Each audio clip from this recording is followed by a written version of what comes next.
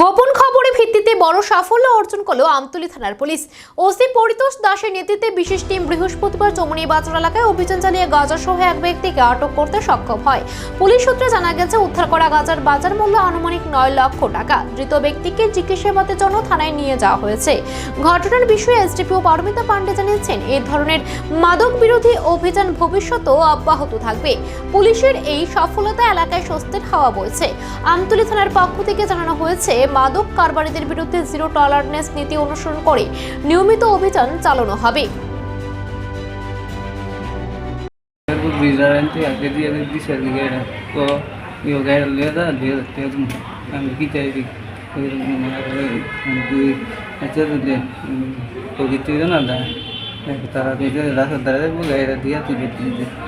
কোন জায়গাতে নাম লাগে কইছিল? কার কাছে কইছিল? কার কাছে কইছিল? মানে মালিকের নাম কিটা? মালিকের নাম আমি মানে যে তোমারে এটা তুলিয়া দিছে খয়েরপুর, ওনারে চিনুনি? তারা এমনি সিনিয়র নাম কিটা ভিতরে? নাম কইতে কোন জায়গা থাকে তারা? বাড়িতে।